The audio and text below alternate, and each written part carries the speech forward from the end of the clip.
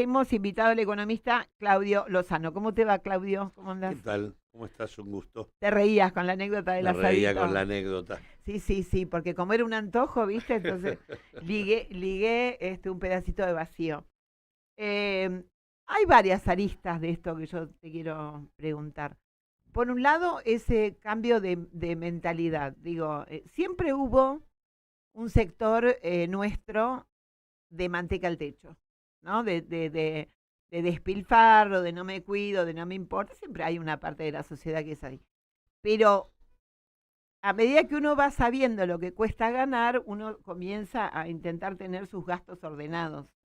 Esta historia que nos han metido en la cabeza de que la gente gastaba más de lo que tenía o para qué iban a tener lavarropas. El otro día salió un señor en los medios diciendo, tenían lavarropa, aire acondicionado y televisión. Bueno, ¿no? Nada de eso es merecido por una persona, por un obrero, por un trabajador. Pero la clase media tenía como las cuentas armaditas. La tarjeta era para viajar, para comprarse ropita, digo, los gustos. Eran, ahora es para el supermercado y en cuotas. Pagás el mínimo y cuando yo salí a hacer una mínima encuesta a la calle para preguntarle si le importaba la consecuencia de pagar el mínimo en forma permanente y que se hiciera una bola de nieve, me decía, mira, a esta altura ya no me importa, ya debo tanto que el problema ya es el del que me presta, ya es del banco, ya no es mío. Así que hagan lo que quieran, yo más no puedo perder. A mí me sonó a derrota ese pensamiento, absolutamente a derrota, pero no sé cómo lo podés calificar vos. No, yo creo que más allá de las tonterías de ciertas argumentaciones respecto a que tener un televisor, un auto y un aire acondicionado es porque despilfarran, Claro. digamos, Preguntarle a los franceses que no tienen aire las acondicionado. razones, el despilfarro en la Argentina no es una característica de los sectores No, populares. para nada. Es una característica de los multimillonarios. Claro, el de manteca al techo, ¿no? Es de multimillonarios. Y no por casualidad, la Argentina de Milei es una Argentina en donde los ingresos de divisas de la Argentina, de los dólares que la Argentina consigue, se escapan brutalmente en algunos conceptos muy claros, ¿no? Digo, en el curso de esto, desde enero del 2024 hasta acá, se fueron unos 20.000 millones de dólares en turismo. Es decir, que obviamente turismo en el exterior, centralmente. No centralmente, exclusivamente. Mm. Gasto en el exterior. Eh, en segundo lugar, se pagaron aproximadamente 20.000 millones de dólares de deuda, pago de intereses de deuda y de capital. Y junto a esto se fugó prácticamente unos 40.000 millones de dólares. Ujú. Todo eso se fue de la Argentina como parte de el consumo y las acreencias que los grandes capitales privados tienen sobre nuestro país. Así que el despilfarro que se hace en la Argentina se hace por eso. Lo otro tiene que ver con un hecho muy sencillo. Acá hay un proceso de destrucción sistemático de puestos de trabajo. Se han destruido cerca de 300.000 puestos de empleo de los de mejor ingreso Mm. en la Argentina de estos 2 años de Milei. Y junto con esto, además, todos los sectores del trabajo han perdido en términos relativos respecto a la evolución de los precios. Consecuentemente, vos tenés caída de los salarios y destrucción de empleo. Y en ese contexto, que por definición ya le reduce los ingresos a los hogares, Aumento de te- precio. au- aumento de precio, pero tenés aumento de los servicios. Claro. Todo lo que tiene que ver con los servicios públicos, agua, luz, gas, el tema alquileres, todo lo que implicó una reformulación, el tema transporte, el tema telecomunicaciones, todo eso es un paquetón de plata, que al menor ingreso que vos tenés, le tenés que descontar lo que gastás en eso, con lo cual el ingreso disponible que te termina quedando es muchísimo menor. Claro. Pero tenés menos ingreso porque hay menos laburo, menos ingreso porque te pagan, la evolución de tu salario no sigue la evolución de los precios, y menos ingreso todavía porque el Estado ha levantado el precio de los servicios de manera descomunal. Esos tarifazos por detrás tienen la elevada rentabilidad de un conjunto de grupos empresarios que concentran el oligopolio petrolero y la distribución de energía, que concentran los peajes, que concentran las represas hidroeléctricas que han privatizado. Digo, hay actores concretos que se están llenando de plata con eso que hoy nosotros no tenemos. Y en ese contexto lo que hace la gente es, uno, trabajar más. Porque lo que el primero hace la gente cuando no tiene guita es trabajar más. Y estamos en el pico del pluriempleo. Hoy hay casi 3 millones ¿Sabes de por qué me personas. río? Porque la semana pasada pasamos un sketch de Capusotto, Ajá. de Mickey Vainilla, Sí. que decía, esta gente de cada día trabaja más, no sé, ¿y qué se queja? Bueno, ¿No? Digo, si dicen bueno, que no falta trabajo, hay que no cerca tienen plata, si cada vez trabajan más. cerca de 3 millones de personas, es más del 12% de la población laboral, que tiene más de un laburo. Y encima hay 1 millón de personas que trabajan entre 13 y 16 horas diarias. Y tenés más de 5 millones de personas que trabajan por arriba de la jornada laboral. Entonces, lo primero Y que hace tenés la además, gente... no sé si está mensurado, pero tenés además la gran cantidad de gente jubilada que trabaja. Y Por que supuesto, es sí. jubilada, El trabaja 22, y a veces tiene dos trabajos. el 22% de los jubilados laburan. Claro, Y la mitad de esos tiene más de un laburo.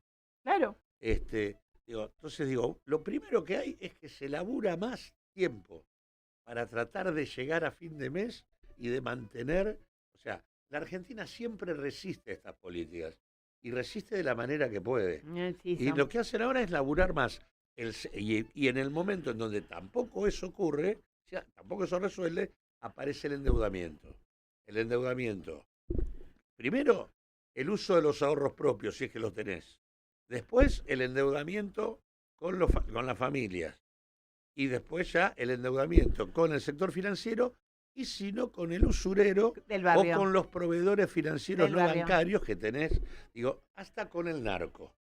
¿No? Por eso, llegamos, Entonces, cubrimos todo, de Cencosud, ahora, y, sí, exacto. la deuda con el hipermercado, que Ahora, después eso- me pasó una vez, te digo, y encima me pasó que yo me olvidé que tenía esa tarjeta. Digo, sinceramente, me olvidé y un día me llega un aviso de deuda, pero con una bocha de guita impresionante.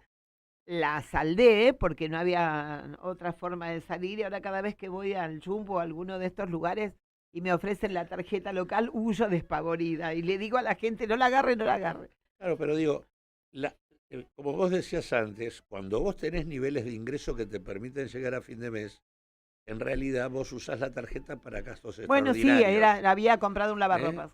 Entonces lo usás para gastos extraordinarios. Y nada más. Ahora, en realidad hoy no es así.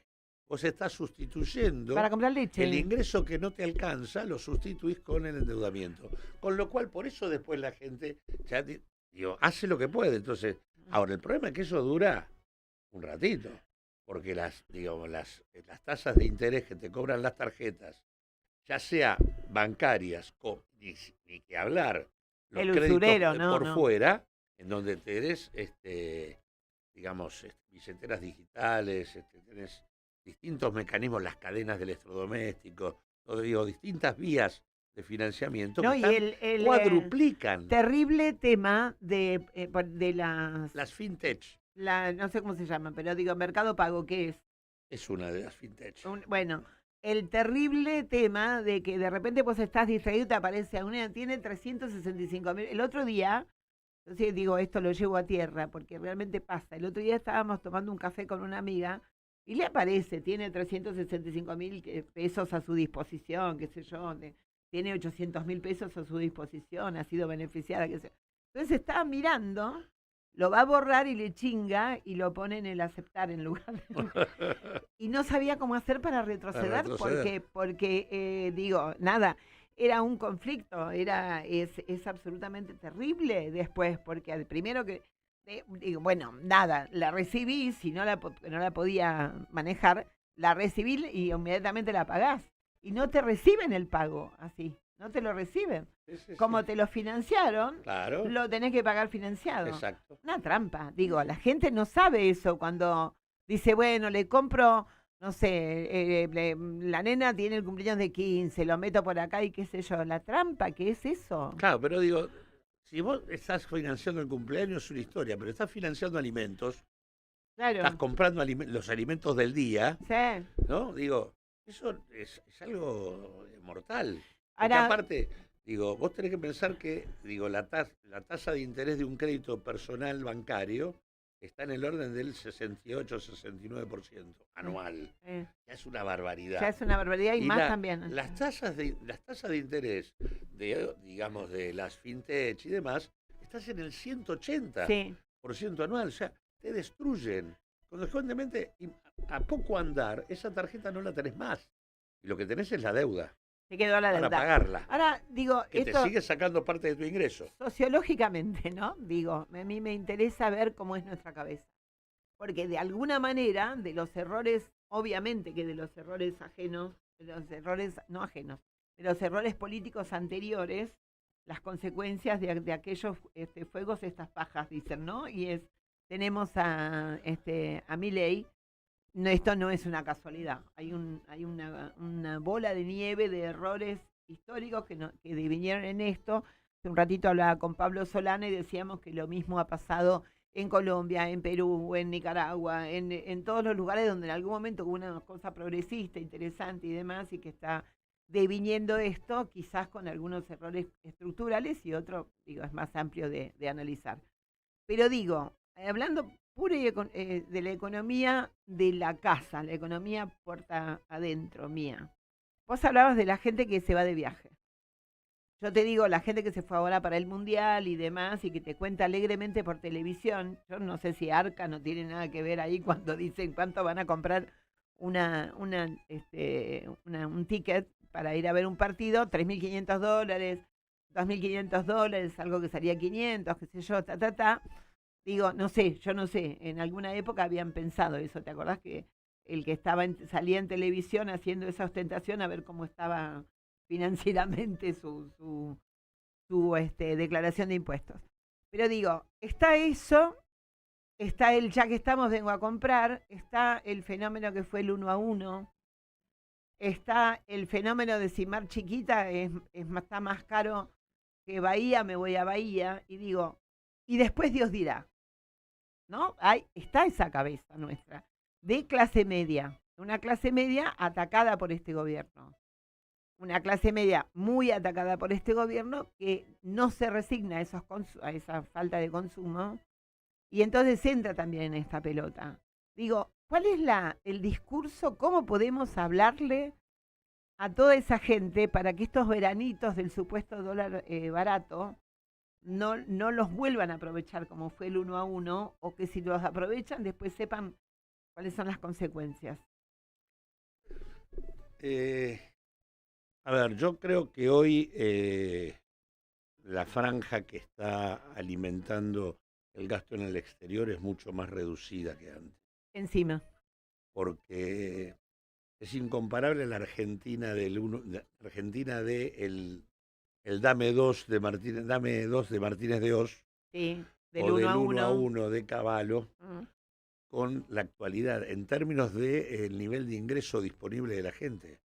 La Argentina de hoy es mucho más pobre. Absolutamente. Por lo tanto, lo que digo Bueno, Milei dijo, en 3 meses hicimos en economía lo que no pudo hacer la dictadura. sí, pero no es Lo dijo ayer. Sí, pero no es por eso.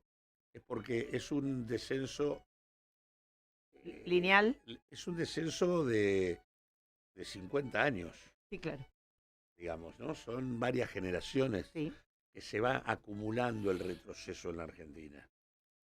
Por lo tanto, lo que hay hoy, en ese sentido, es distinto. Lo que sí tiene en común es que lo que no se percibe es que todas estas políticas que se instalaron supuestamente para bajar la inflación, siempre la excusa en la etapa de Martínez de Oz por el Rodrigazo y el impacto inflacionario de la hiperinflación en el final del último gobierno del gobierno de Isabel Perón. Lo mismo en el caso de la convertibilidad después de la hiperinflación de Alfonsín, y lo mismo también en la etapa de Milei, en donde en el marco de el desfasaje de precios que se dio sobre todo en el último año del gobierno de Alberto Fernández, cuando tuviste la inflación en 140% anual, también la justificación es voy a matar la inflación. Y en realidad lo que pasa en esos procesos es que lo que se desacelera es la inflación en pesos, pero la Argentina se encarece en dólares. Sí.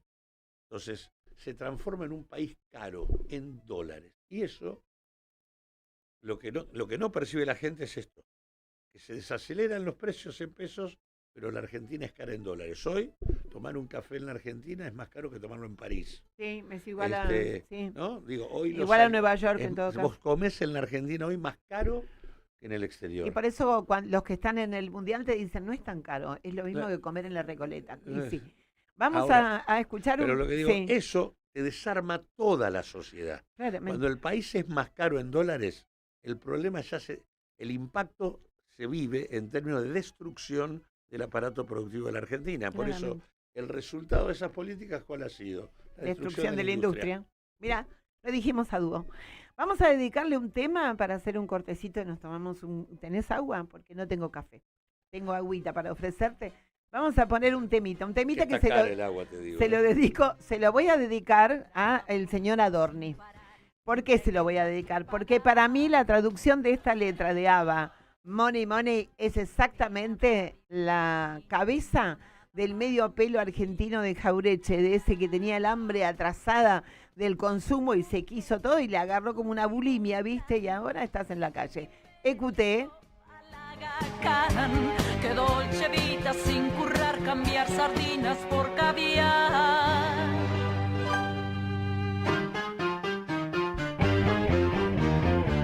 Money, money, money, quiero pasta para ser feliz.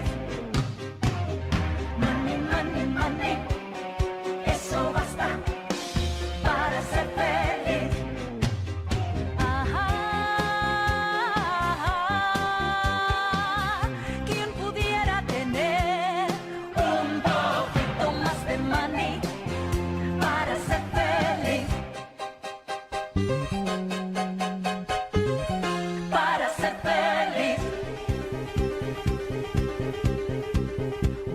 Igual ni por azar no es nada fácil encontrar. No, señor. Si aún existe un hombre así, tal vez jamás se fije en mí. ¡Qué peor! ¡Qué negro está mi porvenir! A Las Vegas me voy a ir, y si esa bola cae al 6 en limusina me veré.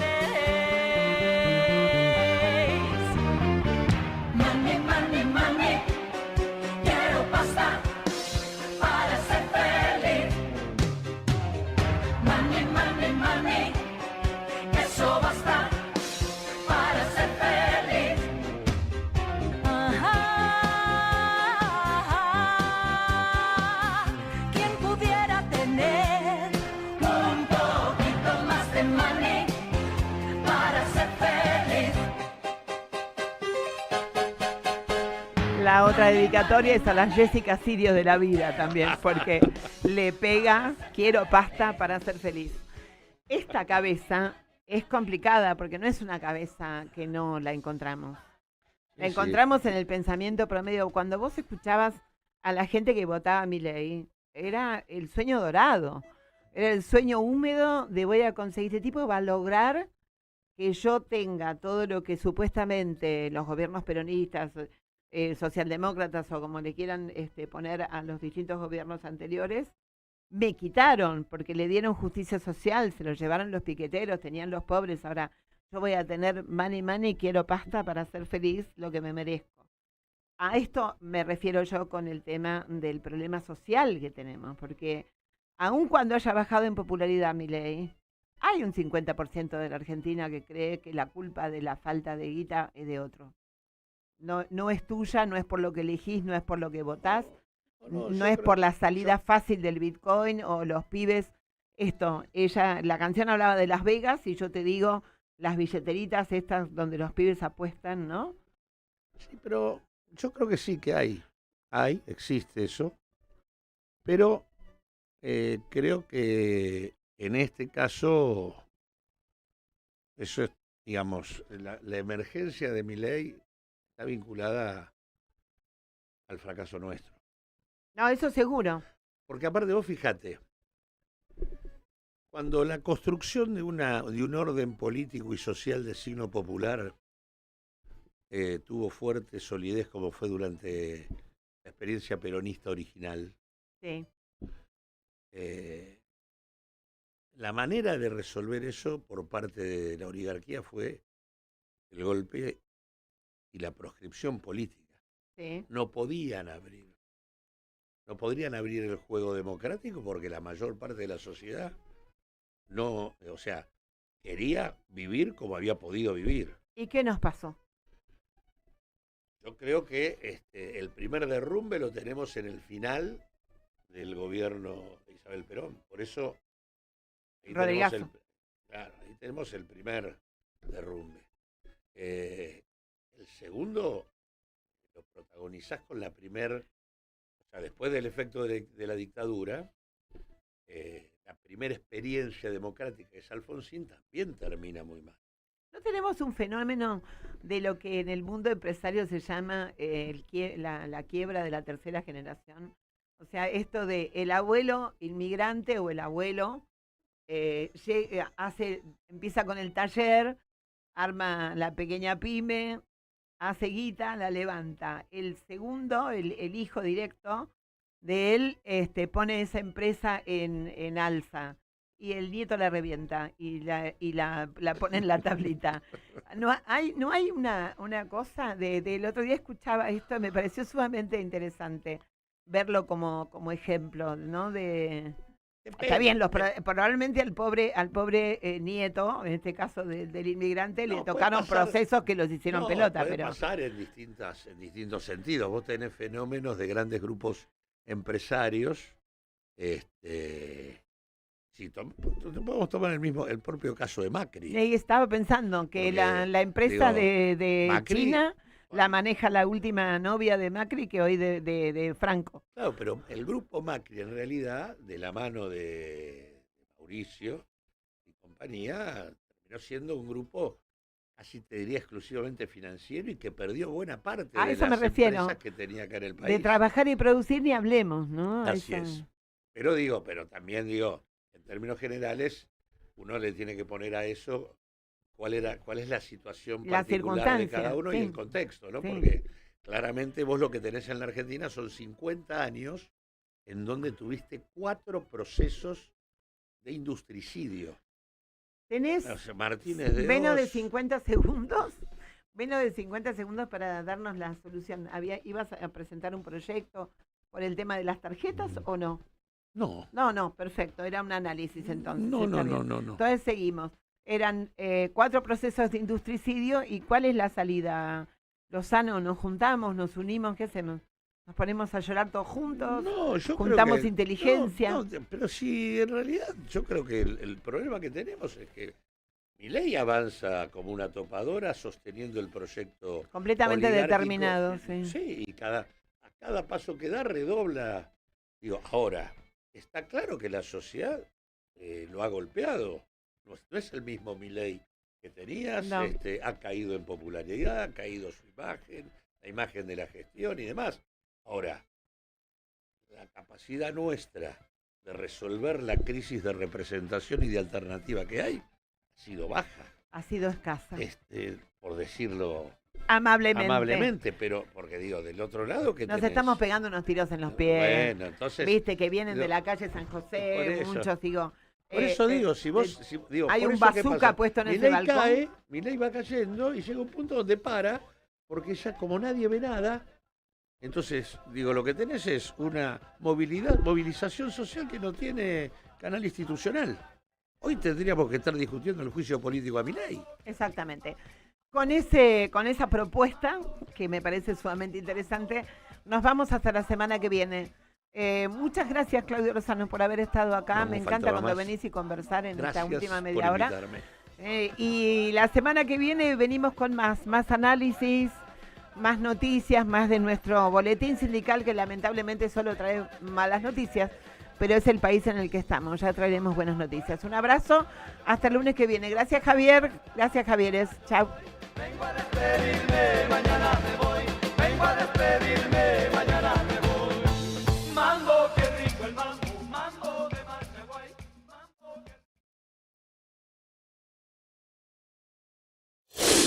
Desde www.larz.com.ar, con estudios ubicados en Callao 194 de la Ciudad Autónoma de Buenos Aires, transmite La RZ, una radio del Grupo Sónica. Comer rico, casero y saludable, ahora es posible. Sí, con las viandas caseras diseñadas y elaboradas por la nutricionista Andrea Purita. ¿Querés más info? En Instagram busca Viandas Purita y empezá a comer saludable. Pedidos al 11 3273 5810.